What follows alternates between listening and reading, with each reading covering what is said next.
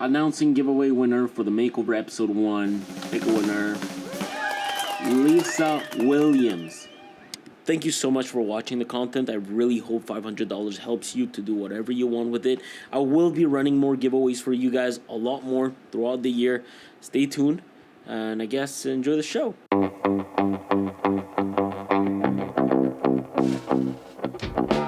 Hey guys! Today we're gonna be switching to Android. It's gonna be crazy. S24 Ultra, No Pixel, more iPhones. crazy.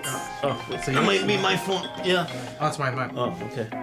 Yeah, well, Alright, hour 5 with this Android camera. Honestly, the cameras are just unbeatable, unmatched versus the iPhone. It's Android. Look at my new Android. Oh, yeah, that's really sick. That's really a good it's one. pretty cool, huh? Yeah, keep going. It's 5:35, guys. I mean, look at it. It's getting dark, which means I've been using the phone. Now I'm currently at 68%. John, the pen. How's the pen, John? How's the pen? Honestly, amazing on like. You've been using it all day, huh? All day. No way. See, I told you we're not the only ones, bro. Bro, Everyone's switching. everyone's just doing it. Tell me what you want, by the way, so I can order yeah. Uber Eats. So just We're give me live. Yeah. 3, 2, 1. And that concludes our day in the life. Absolutely amazing. Battery life. Amazing. Insane, incredible pen. Amazing pen. Stay tuned for the full review, guys. We're gonna be rocking this for the next 3 years. No more iPhone. Whatever. link down below.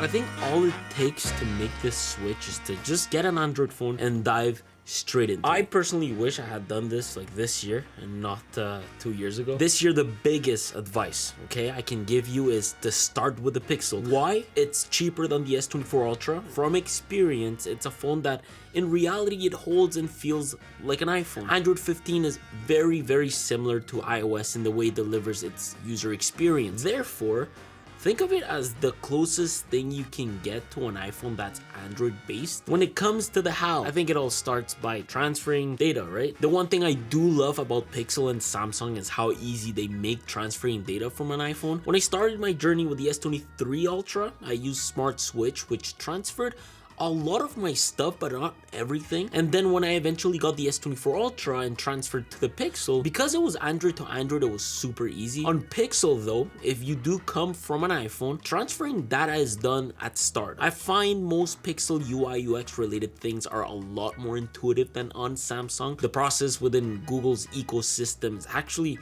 so like unbelievably simple, to the point that Google has some documentation with a total of 6 steps to get it all right. Note that with Android you can transfer apps, contacts, photos, videos, messages, and so on. However, if you want everything to transfer, it's very important you do the transfer by cable. The data types format that you can transfer with a cable is much larger than Wi-Fi. With some third-party apps also, not everything will transfer. Like for example, on my end, WhatsApp has been a pain. There's also other things that are not going to automatically transfer, like phone setting, Wi-Fi passwords, phone logs, bookmarks from Safari, in-app purchases, paid apps, and apps not available on Google Play. And again, some app data, especially data that is not stored in the cloud.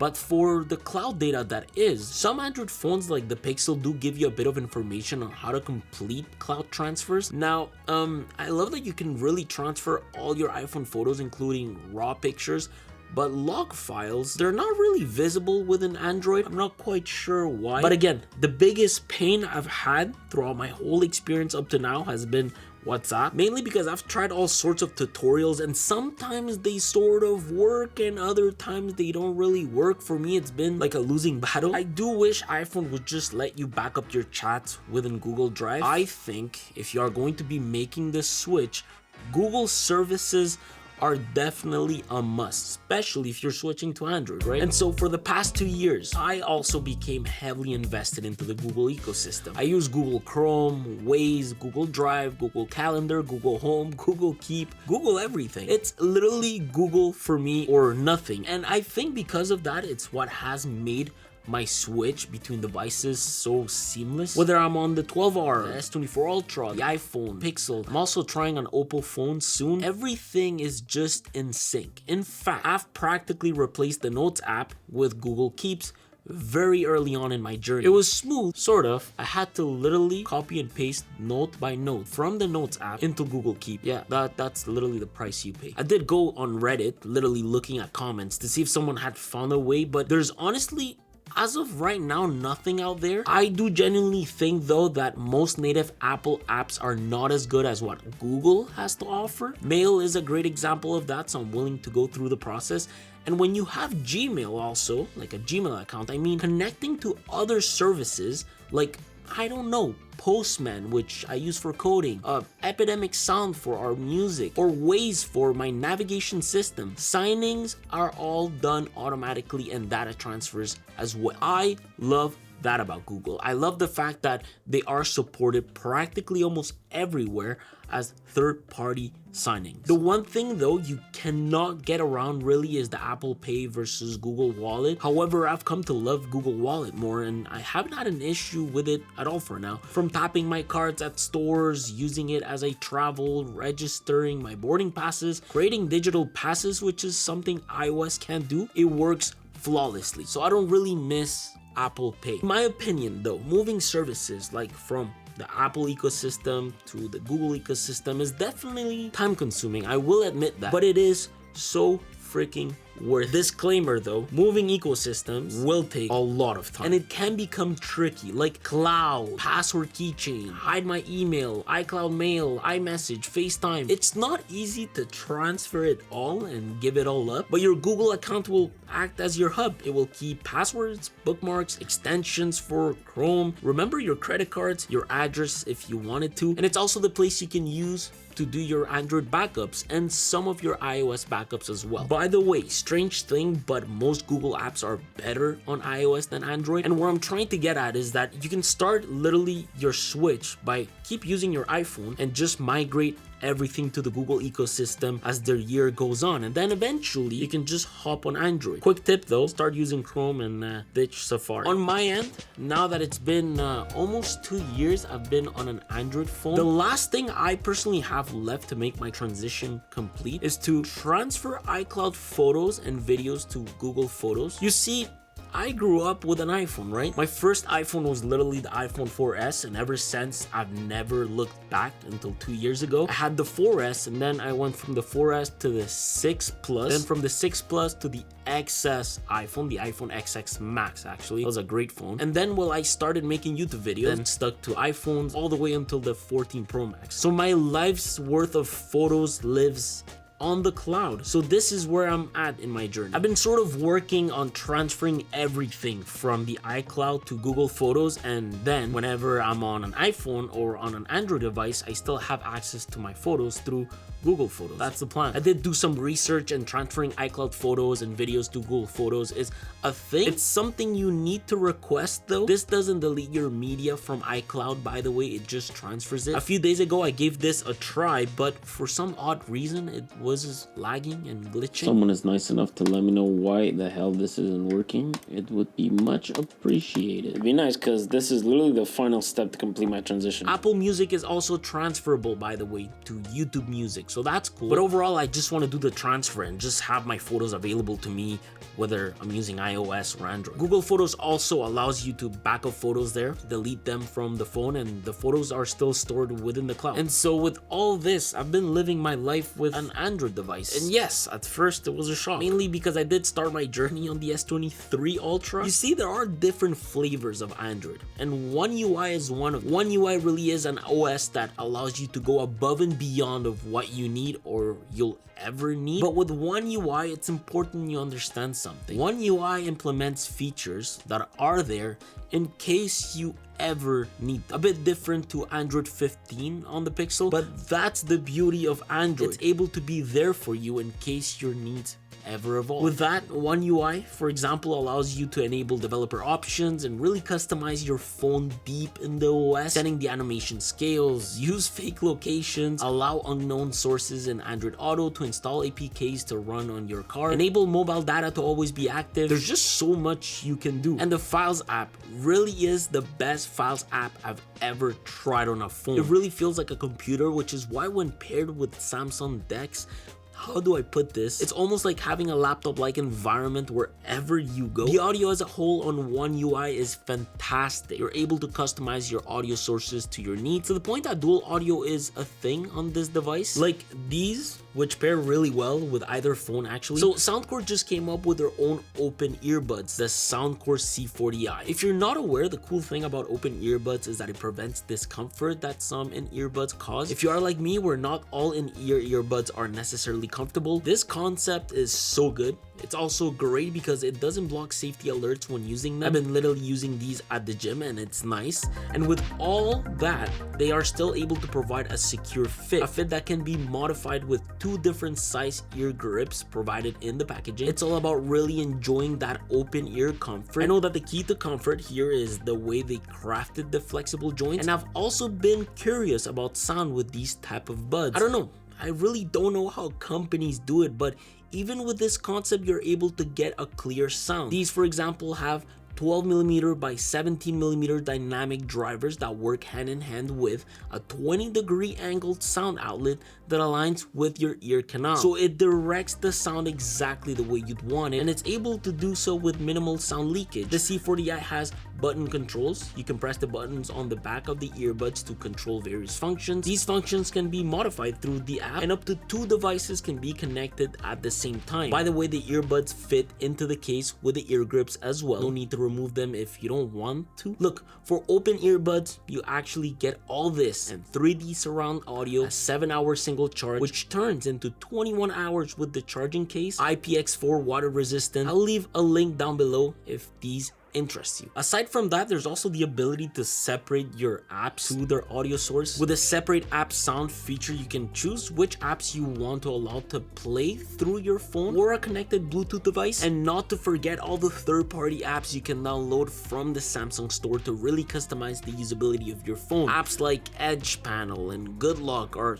some of them. And so when I started to understand the power and the freedom that Android phones delivered to my everyday life, that's when I was like, okay, I'm gonna start to dive deep into this. So with time, I've realized that my Android devices felt faster, mainly when launching apps, for example. Even if I compare that to the latest iPhone, it's quicker. I do have to say that I've needed to adapt to the new layouts that apps have on Android. Like Instagram, Twitter, and TikTok have different layouts. Sometimes finding settings or just going around the UI is totally different. At the beginning, I really needed to adapt to that. It was a bit rough at first, but you eventually just get used to it. I've also realized I just missed authenticating with biometrics. Like on the Pixel, that fingerprint scanner is just insanely fast. It's a lot quicker and you don't have this whole Face ID animation that happened from time to time on iOS. And the search bar overall on Android is just much more accurate. More specifically on One UI, it really delivers the best search options in my opinion. And it's not necessarily just with One UI, right? Android as a whole, whether you are on Pixel or on the Samsung, you'll start realizing as time goes by how much freedom you literally have with a phone like this. More now than ever with the addition of RCS within iOS. RCS is what really allows you to feel like you've never left iMessage in a way. Between iPhone and Android, you can finally have read receipts and see when someone's typing. Conversations now have interactive messages. You can send each other high-res photos, videos, and large files. Look, as time goes by, there is simply just more and more things that make me fall in love with Android. And I will add to that swipe gestures on Android as a whole just make so much more sense. At the beginning, I wasn't really used to them because I came from iPhone, but then with time, they just felt so natural. But it's far from perfect because it can get overwhelming, which is why I think the Pixel and Android 15 are the best way to dive into Android at first. At the end of the day though, there are things that you will miss from iOS, and those might be huge deal breakers for you. For example, for me, it's always been about FaceTime and AirDrop. At the moment, I manage because I can easily transfer files to the Pixel by either connecting it to a MacBook or my PC, or by uploading my files to the Google Drive and downloading them on my phone. But things such as FaceTime, you can't really get around that. Sure, there is WhatsApp, but that requires whoever you are calling to download and start using an app they just don't use. The Apple tax is also not as bad as people make it seem, mainly because iPhones do depreciate at a fairly slower rate compared to Android devices, so losing money on your phone definitely hurts your wallet less. And besides, it's important to know that most third-party manufacturers that make accessories seem to always focus on Apple products. An example of that is Moth. I absolutely love their accessories, but throughout the past 2 years, I've always had to find ways of integrating their wallets and my MagSafe accessories with my Android devices. And I will say the same thing about their stores. There are vastly a lot more Apple stores than Samsung stores, which makes customer service a lot more accessible and just much better. Not that Android-based stores customer service sucks, not at all. In fact, I'd say they are pretty freaking good. I broke my S23 Ultra screen and USB-C port when I had it, and I was easily and quickly able to repair it with very minor challenges.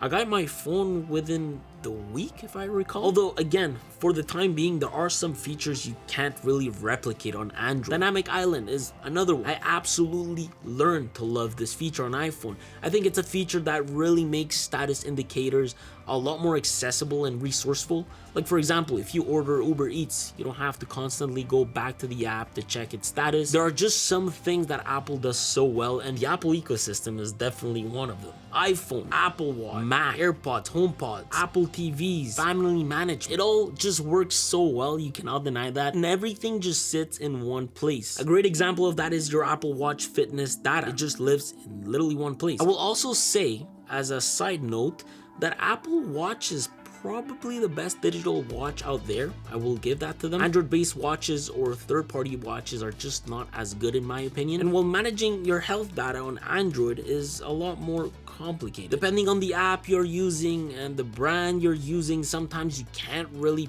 port all that into the Google Health or the Samsung Health app. There's just a lot of third-party data and apps involved, so hard to just keep track of all your data. One thing that I've definitely admired is the wide range of choices between devices. I can use a Google Watch with my Bose headphones, my custom PC, and my S24 Ultra. Everything just works well. I've also felt like when I was on iOS, I never tried anything else but whatever products Apple made. The AirPods, the MacBook, the iPad, my Apple Watch. I just wanted everything to be in sync back then. With time, of course, I've adapted because my primary tablet is an iPad, and for the most part, my primary laptop is a MacBook. But because my primary workstation is a PC, and when I code at home, I've got a Mac Studio now, I've learned to really use Google Drive in order to try and sync all of my files together. Not only that, but I will say that the bulk of my work files do live in our custom server at the office, a servers that can be accessed through my iPad, my MacBook, or my Windows PCs, meaning that it's very rare that I have local data stored on my devices. However, when it comes to coding,